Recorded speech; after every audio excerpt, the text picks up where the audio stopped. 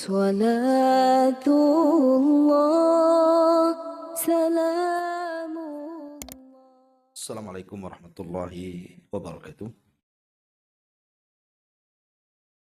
Alhamdulillah wassalatu wassalamu ala Rasulillah wa ala alihi wa sahbihi wa mawalah wa la hawla wa la quwata illa billahi wa ba'du.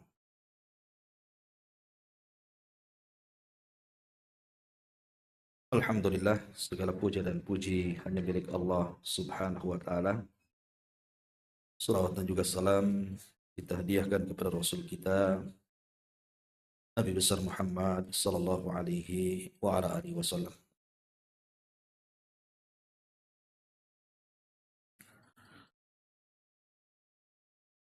Oh, ini secepat dapat WA ini.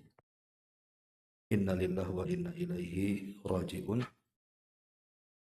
Salah seorang umahat, istri daripada Bapak Ja'far yang berdomisili di Tiban Rabayu, hari ini meninggal dunia.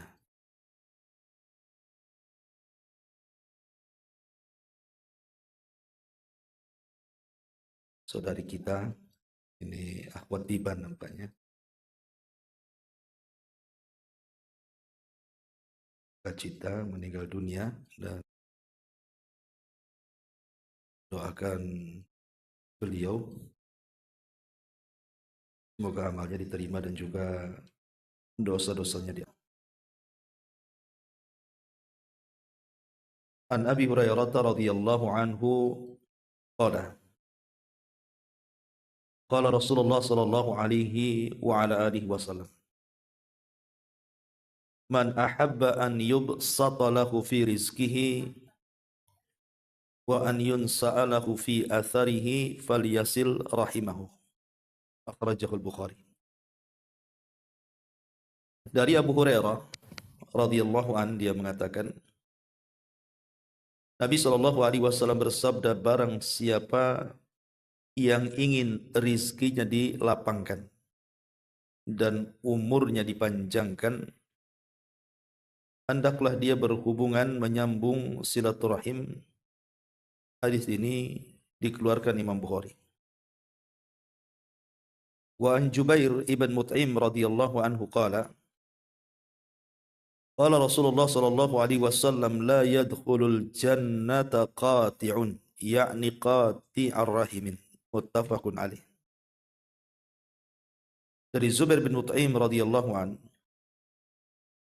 Nabi sallallahu alaihi wasallam bersabda, tidak akan masuk surga orang yang memutus, yaitu memutus hubungan silaturahim. Baik, ma'asyiral muslimat yang dimuliakan Allah Subhanahu wa taala. Bab ini menjelaskan tentang agungnya berbuat baik dan menghubungkan silaturahim. Di antara fadilah ataupun keutamaan dari hadis ini, jadi orang-orang yang senantiasa menghubungkan silaturahim dengan kerabat atau keluarganya, maka dia akan mendapatkan dua keutamaan yang sangat-sangat besar. Apa itu? Pertama, diluaskan rizkinya. Kemudian yang kedua, dipanjangkan usianya. Makna diluaskan rizkinya tentu artinya rizkinya itu dipenuhi dengan berkah. Begitu juga makna dipanjangkan usianya, maksudnya adalah usianya dipenuhi dengan berkah dan dihabiskan waktu-waktunya untuk ketaatan kepada Allah Subhanahu wa taala. Karena banyaknya rizki, kemudian panjangnya usia, kalau tidak berkah juga untuk apa? Pertama, rizki. Rizki itu kan macam-macam. Tetapi kalau sudah diitlakkan kalimat rizki di masyarakat itu biasanya bicara soal kekayaan. Dan kekayaan itu kalau tidak berkah, pertanggungjawabannya juga berat. Karena soalannya kan dua. Dari mana kau dapatkan, kemana pula kau belanjakan? Begitu juga panjangnya usia. Kalau tidak berkah itu juga, usia ini kan akan ditanya di hadapan Allah Subhanahu wa taala. Sebagaimana hadis Nabi sallallahu alaihi wasallam, la tazulu qadama 'abdin hatta yus'al an arba. Akan ditanya anak Adam itu sebelum kakinya melangkah ke titian dengan 4 soalan. Salah satunya apa? An umrihi fi ma'afna. Tentang umurnya, kemana dia habiskan. Wa an syababihi fi ma'ablah. Tentang masa mudanya, kemana dia lampiaskan.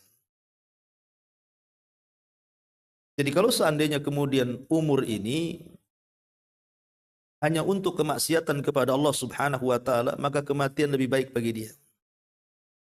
Karena supaya hisabnya itu tidak terlampau lama. Jadi dibentangkan rizki dan dipanjangkan usia di sini maksudnya dipenuhi dengan keberkahan.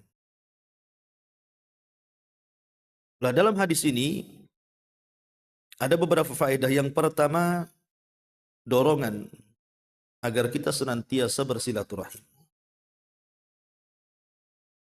Yang kedua, bahwa silaturahim itu menyebabkan luasnya rizki dan panjangnya usia. Kemudian yang ketiga ada kaidah al-jaza min jinsil amal. Bahwa balasan itu disesuaikan dengan amalannya. Maknanya kalau seandainya kita menghubungkan hubungan kita dengan manusia, maka Allah akan menghubungkan dengan kita. Baik dalam umurnya ataupun dalam rizkinya. Jadi karena kita sudah berhubungan dalam bentuk silaturahim dengan manusia, maka balasannya Allah akan menghubungkan dirinya dengan kita dengan cara apa? Dipanjangkan usianya dan diluaskan rizkinya. Itu namanya al-jaza min jinsil amal.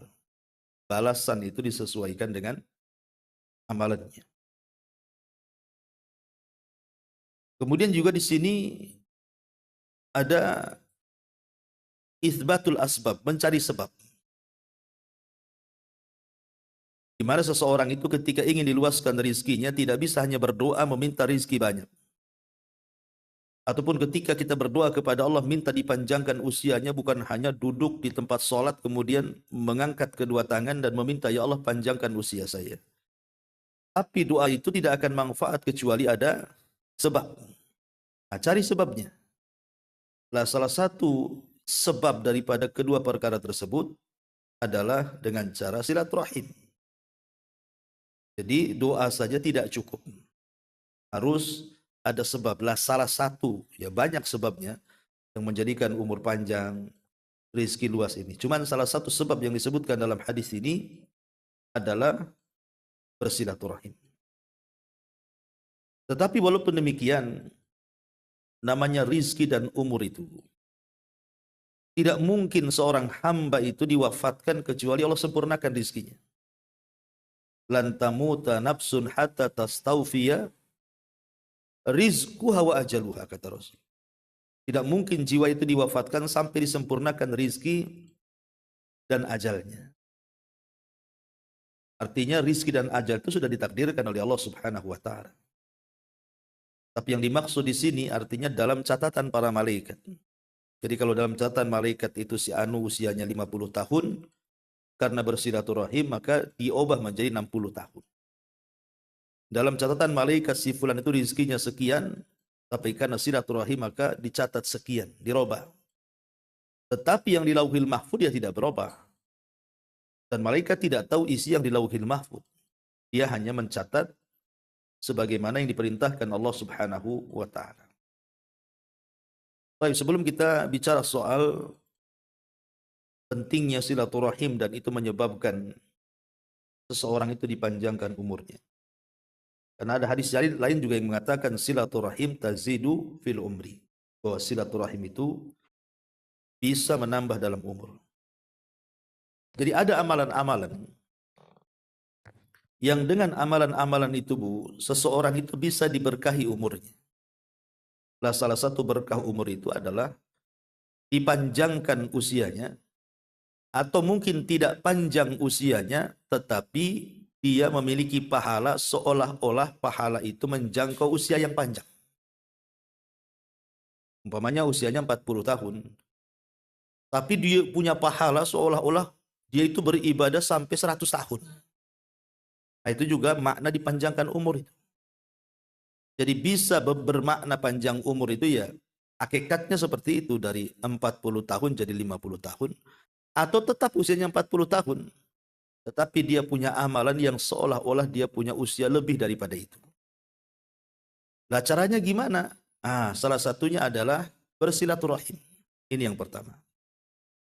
Kemudian yang kedua, husnul khuluqi wal ihsan ilal jari.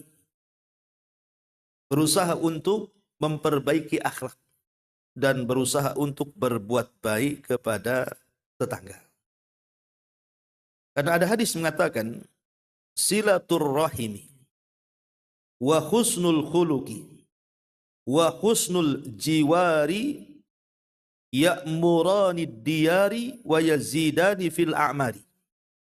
Kata Nabi SAW, bersilaturahim, kemudian meningkatkan akhlak yang baik, kemudian berbuat baik kepada tetangga, maka amalan-amalan ini bisa membawa kekayaan di dunia dan bisa menambah umur di dunia. Lihat di sini ada 3 amalan dalam hadis ini. Pertama silaturahim, yang kedua baik akhlak, dan yang ketiga berbuat baik kepada tetangga. Maka berbuat baik kepada tetangga salah satunya adalah membawa kekayaan dan menambah umur. Makanya baik-baik dengan tetangga, Bu. Berarti kesimpulan atau mafhum mukhalafah, pemahaman kebalikan dari hadis ini, kalau ibu berbuat jahat kepada tetangga, siap-siap saja, Bu. Berarti pendek umurnya. Ya, karena kebalikan dari hadis ini kan begitu. Kalau berbuat baik kepada tetangga, panjang umurnya. Jadi kalau tidak baik, ya segitu saja umurnya.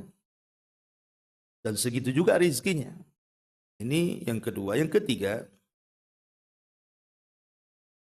di antara amal-amal yang atau umur-umur yang diberkahi oleh Allah Subhanahu wa taala, yang ia habiskan usianya itu untuk zikrullah azza wajalla. Berzikir kepada Allah Subhanahu wa taala. Sebutkan dalam hadis Sa'ad bin Abi Waqqas radhiyallahu anhu. Jadi kami, kata Sa'ad, pernah duduk-duduk bersama Nabi SAW. Tiba-tiba Nabi mengatakan, ayajizu ahadukum an yaksiba kullu yaumin alfa hasan. Lemahkah salah seorang di antara kalian untuk mendapatkan pahala setiap hari 1000 kebaikan? Ya, Rasul bertanya, apakah kalian tidak bisa kalau dalam sehari itu dapat kebaikan atau mengumpulkan kebaikan sampai 1000, kata Rasul. Maka heran para sahabat ini dan mengatakan, kaifa yaksibu ahaduna alfa hasana. Ya Rasul, mana mungkin seseorang itu dalam satu hari bisa melakukan 1000 kebaikan? Itu macam mana caranya? Maka Nabi SAW mengatakan, yusabbihu mi'ata tasbihatin fayuktabu lahu alfu hasanah wa yuhattu anhu alfu khatiyah. Bertasbihlah dalam satu hari itu 100 tasbih. Subhanallah, subhanallah, subhanallah, sampai 100. Maka dengan 100 tasbih itu telah dicatat bagimu 1000 kebaikan dan dicatat bagimu penghapusan kesalahan. Jadi 1000 dicatat kebaikan dan 1000 dihapus kesalahan. Hanya mengucapkan tasbih saja, Bu. Subhanallahil azim, subhanallah, subhanallah, gitu saja. 100 kali. Karena kan setiap kebaikan itu kan dilipat gandakan 10 kali lipat, Bu. Setiap kebaikan itu dilipat gandakan 10 kali lipat. Dan 100 kali 10 ya 1000 jadinya kan jatuhnya. Itulah yang dimaksud oleh Nabi SAW. Kalau ingin kita mendapatkan 1000 kebaikan, yang kalau seandainya orang melakukannya dengan sengaja berbuat baik, 1000 kebaikan itu perlu berapa hari itu? Perlu umur yang panjang kan Bu? Tetapi tidak perlu Allah berikan umur untuk mendapatkan pahala sebanyak itu. Cukup dengan amalan yang ringan tetapi pahalanya mendulang. Lah inilah dengan cara bertasbih 100 kali dalam sehari. Berarti kita sudah mengumpulkan 1000 kebaikan, bahkan keburukan kita pun akan dihapus 1000 keburukan. Subhanallah. Ya. Ini yang ketiga. Bahkan ada juga hadis Nabi Shallallahu Alaihi Wasallam, hadis Juwairiyah radhiyallahu an. Jadi Juwairiyah ini dia mengatakan Nabi Shallallahu Alaihi Wasallam pernah keluar dan dia sedang sholat. Jadi Juwairiyah kan istri Nabi. Dia sedang sholat duha. Kemudian Nabi Shallallahu Alaihi Wasallam keluar. Kemudian setelah keluar kembali ke rumahnya. Dan Juwairiyah itu masih tetap duduk di tempat ibadahnya. Kemudian Rasul bertanya, wahai Juwairiyah, apakah engkau masih seperti itu ketika aku keluar dan kembali? Kata Juwairiyah, iya wahai Rasul. Maka Nabi SAW mengatakan, laqad qulta ba'daki arba kalimati thalah. Lau wuzinat atau lau wuzinti atau lau wuzinat bima qulti mundul yaum lawazanat khunnah. Kata Nabi, maukah kuajarkan kepadamu 4 kalimat yang kalau engkau ucapkan maka itu sama dengan amalanmu yang dari tadi ibadah saja di situ. Maka kata Juwairiyah mengatakan, tentu ya Rasul, apa kalimat itu? Rasulullah mengatakan, subhanallah wa bihamdihi adada khalqihi wa ridha nafsihi wa zinata arshihi wa midada kalimati. Inilah 4 kalimat.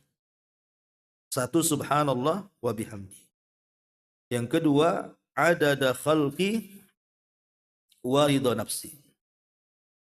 Kemudian yang ketiga, wa zinata arsy. Kemudian yang keempat, wa midada kalimati.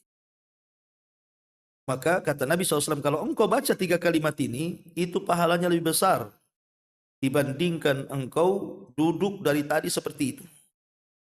Jadi lihat bagaimana Nabi SAW meringankan dengan amalan-amalan yang mudah, tetapi menjangkau pahala-pahala yang kalau diraih dengan amal soleh itu melelahkan.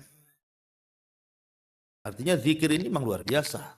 Ya, bisa menjadikan umur kita berkah. Ini yang ketiga. Yang keempat adalah al-iksar minas salati fil haramaini syarifaini. Memperbanyak salat di 2 masjidil haram. Ya ini bagi yang umroh ya.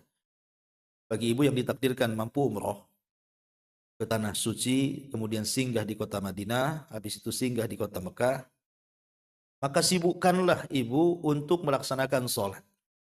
Kadang-kadang saya aneh, kadang-kadang kan banyak jemaah-jemaah umroh itu, ketika sampai di sana itu malah tidur aja di hotel. Tak pernah ke masjid. Ya. Kemudian juga kadang-kadang sibuk jalan sana, jalan sini. Belanja sana, belanja sini. Padahal yang namanya travel umroh itu kan kadang-kadang 9 hari, 10 hari, 12 hari, kan tidak lama kan itu. Kan rugi Bu kalau seandainya kita sudah sampai di sana kemudian tidak menghabiskan dengan sholat di 2 masjid yang suci ini. Karena kan lipatan pahalanya besar itu. Masjid Nabawi kalau kita sholat 1000 kali sholat di tempat-tempat yang lain. Kalau Masjid Al-Haram lebih besar lagi 100.000 kali sholat. Nah kalau kita menyengajakan diri 100.000 kali sholat itu, berapa waktu yang kita hajatkan untuk melakukannya kan? Berapa umur yang kita habiskan tuh? Tapi tidak perlu cukup umroh 12 hari ataupun mungkin 10 hari atau 9 hari, kita bisa mendulang pahala sholat sebanyak-banyaknya. Dengan melihat kelipatannya tadi. Di Masjidil Haram 100.000 kali sholat. Dibandingkan di masjid-masjid sini. Atau di Masjid Nabawi sama dengan 1000 kali sholat dibandingkan di masjid-masjid sini. Ini kan sama dengan memanjangkan usia, walaupun hakikatnya usia tidak panjang, tapi kan seolah-olah dia punya usia yang banyak. Dan dihabiskan amalannya untuk sholat, yang luar biasa. Ini juga diantara perkara yang keempat. Kemudian yang kelima, hudurul masajid lil ilmi aw ta'allum, lil ilmi aw ta'lim. Kata Nabi sallallahu alaihi wasallam, man ghada ilal masjid la yuridu illa an yata'allama khairan aw yu'allimahu kana lahu ka ajri haj tammata hajati. Barang siapa yang menyengaja datang ke masjid, umpamanya ada kajian di masjid mana gitu kan. Ibu datang sengaja, memang tujuan ke masjid itu untuk ngaji gitu ya. Dan Nabi sallallahu alaihi wasallam, siapa yang berangkat ke masjid tidak ada niat kecuali untuk belajar, mempelajari kebaikan atau mengajarkan kebaikan. Jadi belajar kebaikan atau mengajarkan kebaikan, maka pahalanya sama dengan haji. Dan hajinya sempurna. Coba Bu, kalau ibu menyengajakan haji, kan haji itu kadang-kadang berangkat dari sini, kadang-kadang di bulan Dzulqa'dah kan, kloter itu. Baru kemudian masuk di bulan Dzulhijjah. Nanti di bulan Dzulhijjah itu setelah melaksanakan haji kan tidak langsung balik lagi. Kurang lebih mau 1 bulan tuh. Mulai dari berangkat sampai pulang. Belum lelahnya, belum letihnya gitu ya. Tetapi cukup kita ini menyengaja datang ke masjid untuk belajar atau mengajar, maka pahalanya sama tuh dengan haji itu. Luar biasa. Ya. Ustaz, bagaimana kalau pengajiannya di rumah kayak gini? Lafadznya di masjid, Bu. Ya. Tapi bukan berarti di rumah ngaji tidak dapat pahala. Ya pahalanya lain. Pahalanya lain kan gitu ya. Ya pahalanya seperti hadis yang umum, siapa yang berzikir kepada Allah, berhalakoh-halakoh zikir, maka seolah-olah dia berada di taman-taman sorga. Kemudian malaikat akan mengepakkan sayapnya, kemudian memintakan ampun, dan ketika kita bubar di pengajian, dosa-dosa kita diampuni. Banyak sih pahala orang yang bermajelis ilmu itu. Tapi kalau khusus ditempatkan di masjid, maka pahalanya akan mendapatkan seperti ini. Ini yang kelima. Yang keenam, di antara juga yang bisa menambahkan umur adalah di mana seseorang itu berusaha untuk mengejar malam Lailatul Qadar, yaitu di bulan Ramadan ya tentunya. Karena Allah Subhanahu wa taala mengatakan Lailatul Qadri khairun min alfi syahrin. Jadi satu malam di malam Lailatul Qadar itu, satu malam di malam Lailatul Qadar itu sama dengan 1000 bulan. Sama dengan 1000 bulan, bayangkan. 1000 bulan itu kalau mau dikalikan berarti 83 tahun 6 bulan kurang lebih. Seolah-olah kita diberikan usia seperti itu. Maka kejarlah malam Lailatul Qadar. Ya, tapi kan hanya di bulan Ramadan. Kalau sekarang Lailatul Qadar yang dapat kan itu. Nunggu Ramadan gitu. Kemudian yang ketujuh, juga di antara hal-hal yang bisa menambah umur dan juga menjadikan sebab umur itu menjadi berkah adalah seseorang yang terbiasa melakukan amal soleh. Jadi ibu biasa sholat malam, biasa sholat duha, biasa baca Quran, biasa zikir gitu kan. Kemudian Allah Subhanahu wa taala takdirkan, kemudian ibu meninggal dunia. Ya. Maka ibadah-ibadah yang ibu lakukan di dunia itu seolah-olah ibu masih hidup di dunia pada sudah meninggal. Karena ibadah-ibadah kebiasaan yang ibu lakukan di dunia yang bermanfaat setelah kematiannya. Makanya kenapa seorang muslim itu harus cerdas. Ya, cari amalan-amalan yang amalan-amalan itu bisa mengantarkan sampai kepada kuburannya walaupun ibu sudah meninggal. Seperti sedekah umpamanya. Ya, sedekah yang mengalir. Ataupun ilmu yang ibu dakwahkan kepada orang lain. Atau ibu punya anak soleh yang mendoakan ibu, atau ibu mendakwahkan kepada kawan sehingga dia sadar ketika ibu meninggal, kawannya mendoakan terus sama ibu karena sebab ibulah dia dapat hidayah. Ataupun mamanya membuat sumur untuk kepentingan umat, mewariskan mushaf ditaruh di masjid-masjid supaya dibaca gitu ya, atau membangun masjid, ataupun menanam pohon kurma, atau pohon-pohon yang lain kemudian buahnya disedekahkan dan begitu seterusnya. Ibu sudah mati, pohonnya masih hidup dan terus jadi sedekah kan itu. Nah itu kan amalan-amalan yang akan sampai ke kuburan walaupun dia sudah mati kan seolah-olah hidup Bu, karena amalannya itu pahalanya terus mengalir. Nah, ini juga hal-hal yang perlu dipahami bahwa ada perkara-perkara yang bisa menambahkan umur. Baik, ini yang pertama. Amalan-amalan yang bisa menambahkan umur. Yang kedua, amalan-amalan yang bisa menambah rizki, meluaskan rizki, dimudahkan rizkinya, apa saja? Pertama, takwa. Ya tentu bertakwa kepada Allah Subhanahu wa taala dengan menjalankan perintah, menjauhi larangan, menikmati yang dihalalkan, menjauhi yang diharamkan, kemudian istiqomah di situ, maka Allah mengatakan wa man yattaqillah yaj'al lahu makhraja wa yarzuqhu min haitsu la yahtasib. Barang siapa yang bertakwa kepada Allah, Allah akan carikan jalan keluarnya. Dan Allah Subhanahu wa taala akan berikan rizki dari arah yang tidak disangka-sangka. Ini yang pertama. Ya, singkat-singkat saja. Kemudian yang kedua, istighfar. Banyak istighfar. Dan Allah mengatakan dalam surah Nuh ayat 10-12 itu, "Faqultu astaghfiru rabbakum innahu kana ghafara. Yursilis sama 'alaikum midrara wa yumdidkum bi amwalin wa banin wa yaj'al lakum jannatin wa yaj'al lakum anhara." Maka Allah Subhanahu wa taala menghikayatkan Nuh kepada ketika bicara dengan kaumnya. Maka aku katakan beristighfarlah kepada Rabb kalian karena Dia zat yang Maha Pengampun. Kalau kalian banyak istighfar kata Nuh, Allah akan hujani kalian.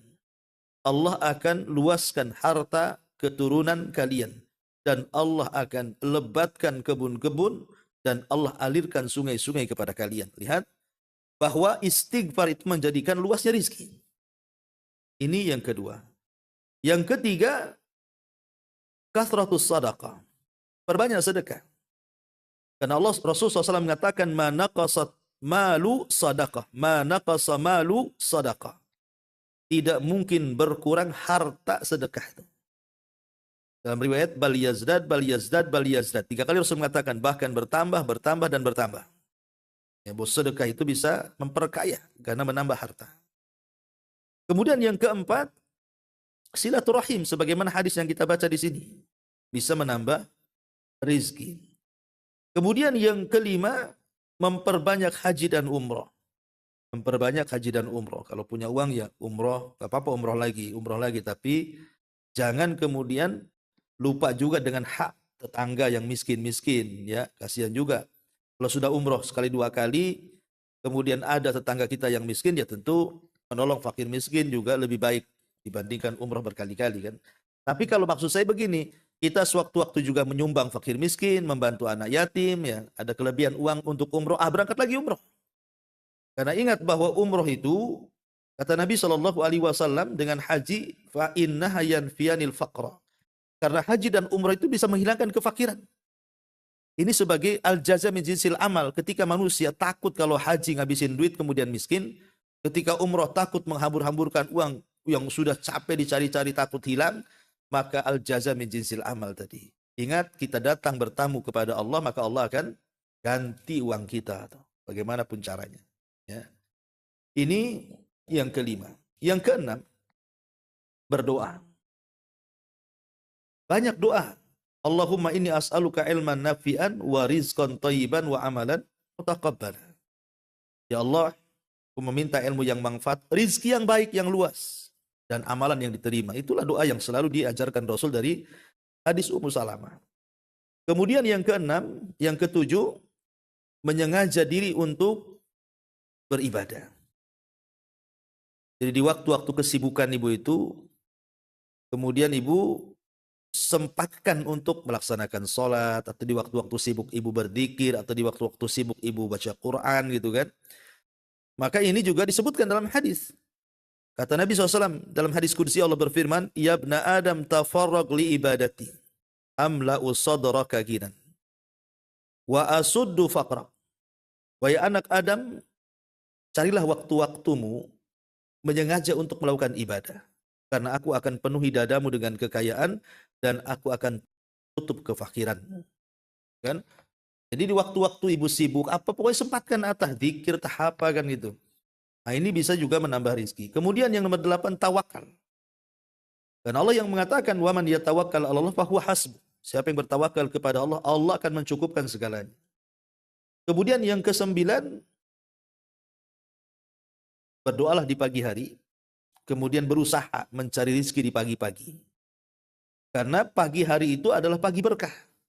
Yang Rasul doakan dalam sabdanya, Allahumma barik li ummati fi bukuriha.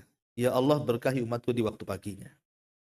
Makanya kita lihat banyak orang-orang Cina itu kan Bu, yang agamanya dari muslim, non-muslim, orang kafir. Itu sebelum subuh udah keluar Bu, ke pasar. Ya kan? Kayaknya bocor hadis ini ke mereka. Ya. Coba, mereka sebelum subuh itu udah bangun Bu, udah jalan ke pasar. Kita yang tahu hadis ini tidur pagi-pagi. Cemana coba? Berkah waktu turun orang Cina itu bangun, berkah turun kita pula tidur. Nah, makanya kemudian kita ini nggak pernah diberkahi jadinya. Nah, padahal ini juga tentang pentingnya seseorang juga ingin ditambah rezeki, ya pagi-pagi buta dia setelah sholat subuh berdoa minta rezeki yang baik, cari rezeki. Dan yang terakhir tentunya perbanyak sholat. Karena Allah Subhanahu wa taala mengatakan wa'mur ahlaka bis sholati wastabir 'alaiha nahnu nas'aluka rizqan nahnu narzukuka wal aqibatu littaqwa. Perintahkan keluargamu untuk salat dan bersabar. Kami tidak meminta rizki, kami yang kasih rizki dan akibat yang baik bagi orang-orang bertakwa, kata Allah. Inilah di antara 10 perkara yang bisa melapangkan rizki. Nah, kembali kepada tema di sini, Nabi Shallallahu Alaihi Wasallam mengatakan bahwa kalau ingin dipanjangkan umurnya, ingin pula kemudian diluaskan rizkinya, maka bersilaturahim. Ketika Nabi SAW bicara soal silaturahim, maka Nabi SAW mengatakan apa? Al-wasil laisal wasilu bil mukafi. Laisal wasilu bil mukafi. Bukanlah orang yang menghubungkan silaturahim itu dengan sistem barter. Sistem barter itu begini Bu. Kalau dia telepon baru aku telepon. Ya kalau dia SMS, ku balas SMS. Kalau dia datang, ya aku datang juga sama dia. Kalau dia datang bawa makanan, ku juga datang bawa makanan. Itu namanya barter Bu. Kalau dia datang, ku datang. Kalau dia WA, ku WA. Ya, bukan begitu silaturahim itu. Tapi silaturahim itu kata Rasul, kalau saudara kita memutuskan, kita yang menyambungkan. Jadi yang menyambungkan itu yang disebut dengan silaturahim. Tapi yang tersambung gara-gara kita menyambungkan, dia tidak silaturahim. Karena dia menggunakan barter. Gara-gara kita menghubungkan ke dia, dia baru berhubungan dengan kita. Jadi yang silaturahim itu yang pertama tadi yang menghubungkan. Itulah silaturahim. Makanya Rasul mengatakan, laisal wasil bil mukafi. Walakin al-wasil alladhi idha quti'at rahimuhu wasalaha. Jadi orang yang silaturahim itu kalau kerabatnya memutuskannya, dia berusaha untuk menyambungkannya. Dan ingat bahwa ar-rahim, silaturahim, kalimat ar-rahim itu tergantung di arsy Allah. Dan dia mengatakan, man wasalani wasalahullah, wa man qata'ani qata'ahullah. Jadi rahim itu akan bicara di arsy Allah itu dan mengatakan siapa yang menyambungkan denganku, Allah akan sambungkan dengannya. Siapa yang memutuskan denganku, maka Allah akan putuskan dengannya. Jadi bahaya sekali. Ya, kalau kita memutus silaturahim itu berarti kita memutuskan tali hubungan kita dengan Allah Subhanahu wa taala. Karena begini Bu, di antara keutamaan silaturahim itu yang pertama, silaturahim itu kan alamat iman. Alamat keimanan seseorang. Karena Rasul yang mengatakan, "Angkana yu'minu billahi wal yaumil akhir falyasil rahimahu." Siapa yang beriman kepada Allah dan hari akhir, sambungkan silaturahim kan itu. Jadi itu bentuk alamat iman. Yang kedua itu sebab kita diberkahi masalahnya, baik dalam rezeki ataupun umur sebagaimana hadis yang kita baca di sini. Ya, bahkan lebih daripada itu silaturahim itu sebab di mana Allah akan menghubungkan dengan kita.